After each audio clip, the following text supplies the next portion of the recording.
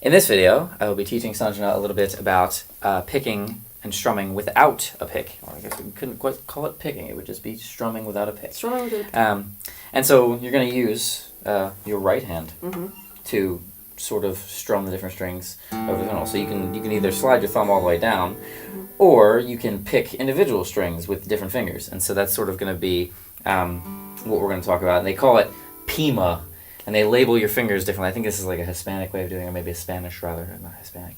But so your thumb would be P, and then this would be I, and then this would be M, and this would be A. So it's like P, index, middle, A. I don't really know what the P and if they stand for anything. Oh, you don't use your pinky, right?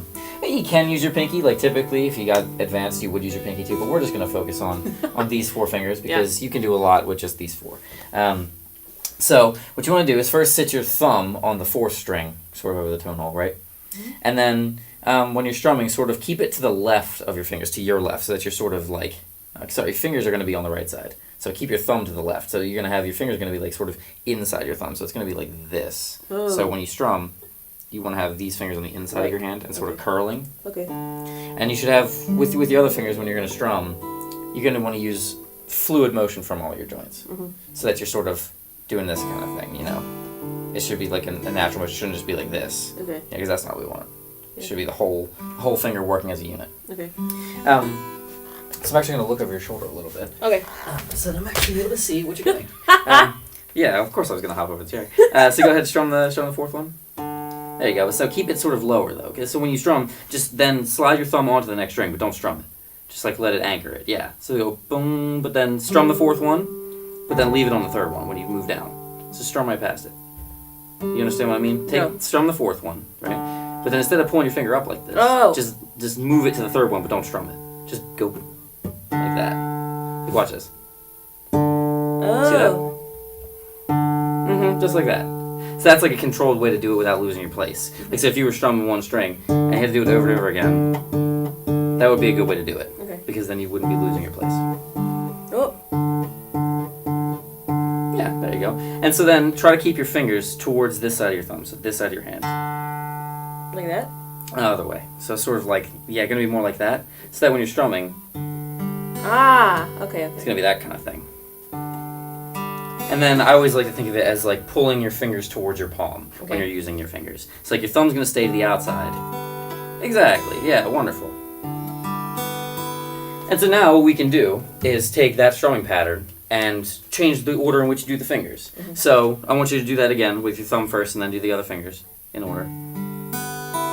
Right. And so you don't need to move your finger. I don't want you to move your hand so far away after you strum because like it's easier to keep it closer to the strings, right? More controlled. You can conserve motion that way and things can be faster and more efficient.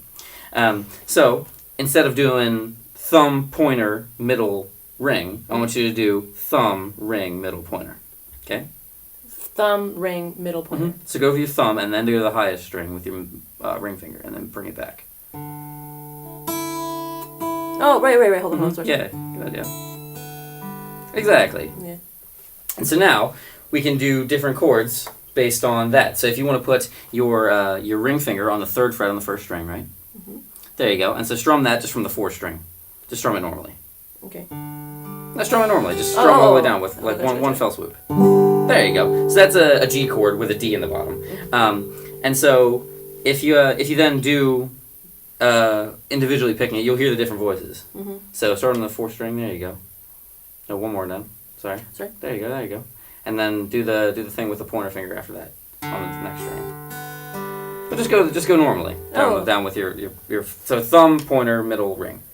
Thumb, pointer, middle, ring. And so that would be a typical P-I-M-A way to strum that voicing of a G chord. Okay.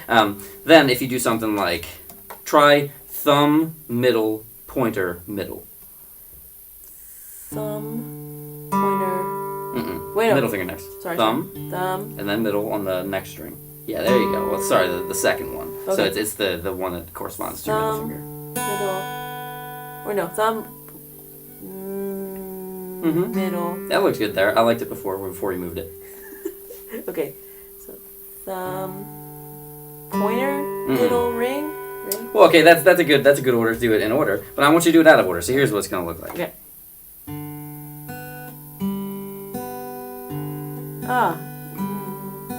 Hear that? Yeah. Yeah, so work on that. Try that a little bit and try looping that. I don't want you to use your ring finger on that string though. Oh, right. Okay, sorry. Use your pointer or your middle finger on the second string. Okay. Right.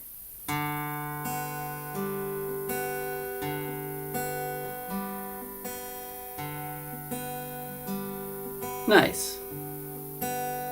Yeah, so that was a bit of pointer, middle, or sorry, thumb, middle, pointer, middle. And now you can do different things with that. So if you wanted to do thumb, ring, middle, ring, you could do that too. With the top string with the highest E string with the middle finger. Right. Or ring finger. God, it's so confusing, but sorry. So, repeat that one more time. I'll just do it for you. How's that? Okay.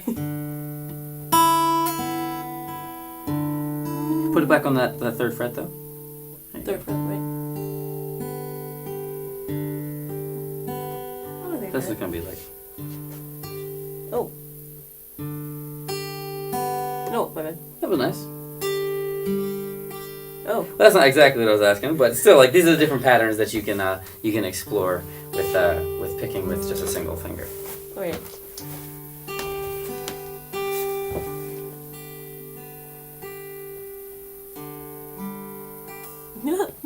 Yeah, so it's a little bit trickier to do that, but then you can do a lot of different things that are fast and rhythmic that don't involve a lot of moving your entire wrist and strumming all the strings, because that can get overwhelming and really loud.